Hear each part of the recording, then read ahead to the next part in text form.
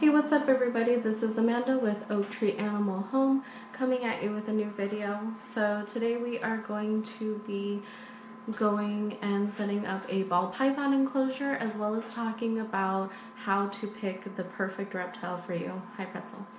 Today I have Pretzel, the ball python, with me, even though this is going to be about my new ball python, Maui's enclosure.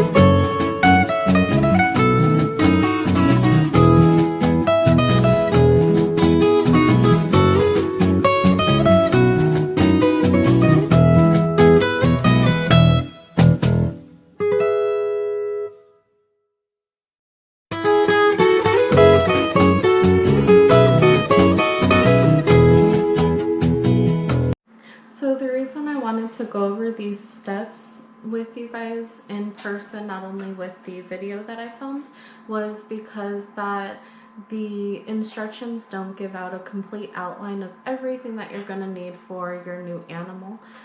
And let's begin. So the very first step would of course to find a species of animal that you like, whether it be a reptile, a small mammal, rodent, or anything. You want to first find what you like. And you know, there's all kinds of different cool animals out there, but going into step number 2, before you get that animal, you want to research that animal. So I did borrow Emily and Ed's video from Snake Discovery, and I will have that linked at the bottom in the description if you want to check it out. They have some really amazing snake videos and they're really knowledgeable, so that would definitely help you if you want to learn how to keep different species of snakes. So the next step you're going to want to do, step number 3, would be to find a reputable breeder. Now, the reason that is so important is because there can be a lot of problems with animals that come from, say, Petco, PetSmart, any type of big chain store, because they typically just want to sell and don't care about the animal. And they are notorious for having animals that are not kept up well, especially the reptiles and amphibians. And so they can come with mites, they can come malnourished, they can come with parasites, all sorts of different stuff that you don't want for your new animal. So that's why it's very important to find a reputable breeder. And I have actually found that. I actually got Maui from a breeder that I know.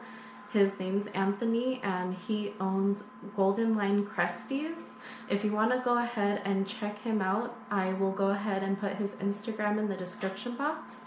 I have gotten Maui from him, as well as my crested gecko Duvalina, and he's completely amazing. Like, he really takes care of his animals, and even though he does not breed ball pythons, he happened to have Maui, and so yeah, that's how I ended up with Maui.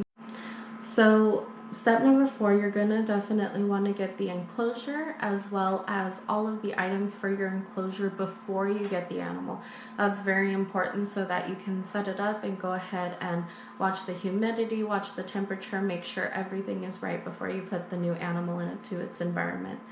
And for Maui, I went ahead and I got him a 4-foot by 2-foot by 2-foot melamine enclosure, and it already came with the light fixtures, so if I want to add UVB, then I can, but right now I'm just using a ceramic heat emitter for him. And if you want to know what a ceramic heat emitter does or what it is, you can go ahead and either message me, or you can go ahead and follow some Facebook pages for ball pythons. They come in handy. I've learned so much from them. Now, you're also going to want to have 2 different hides. You're going to want to have one for the cold side and one for the hot side, so that way your snake can feel covered and safe on either side, so that he or she can regulate their body temperature when needed. Now, you're also going to want lots of foliage. Now, the foliage can either be bioactive, meaning real plants, or it can be, just some plastic plants, branches, like vines, anything like that. I have a couple logs and a couple of plastic ones. None of my enclosures are bioactive currently. I'm hoping to do that in the near future. We'll see what happens. This coronavirus is crazy.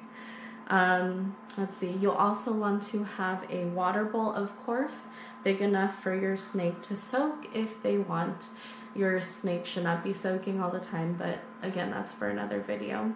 Now, when you have any type of heat on the enclosure, such as a ceramic heat emitter, or even especially an under mat heater, you are going to want to have a thermostat. Not even want to, like, you have to have a thermostat, otherwise it can cause serious damage, including death for your snake, because they can get overheated and burned. Now, the thermostat that I use is from Amazon. It's called Jumpstart, and I will go ahead and link that in the description as well. I use that for all my enclosures that need heat, and I find that they work very well, and they are more affordable than, say, like the Herpostat, I believe it's called, from, I think, Zilla.